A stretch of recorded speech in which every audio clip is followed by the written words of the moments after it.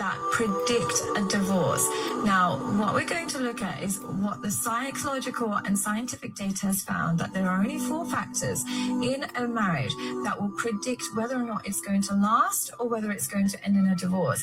And if these 4 factors are present in your relationship, then chances are your relationship is doomed for divorce. It may not happen today, it may not happen tomorrow, it may not happen in 5 years, but it's predictable. At some point in time, your relationship is going to end. Now, when people think about what causes a divorce, they often assume it's going to be affairs or abuse or somebody's a narcissist. And these are the typical things that people assume. But the reality is, what they found is your personality or your neuroticism or your anxiety and your personality itself doesn't determine whether or not your relationship is going to last. It's not a dispositional cause.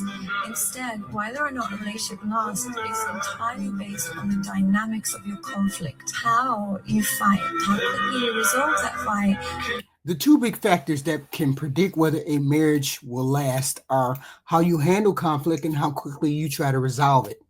Every couple argues, that's normal, but the difference between couples who make it and those who don't is in the how. If fights turn into yelling, name-calling, ignoring each other for days, or trying to win instead of understand, the relationship starts to break down over time. Poor conflict resolution leaves problems unresolved. Resentment building. How you approach conflict is just as important. If you come in ready to listen, explain your feelings carefully, logically, and look for solutions instead of blame, you're more likely to keep the relationship going.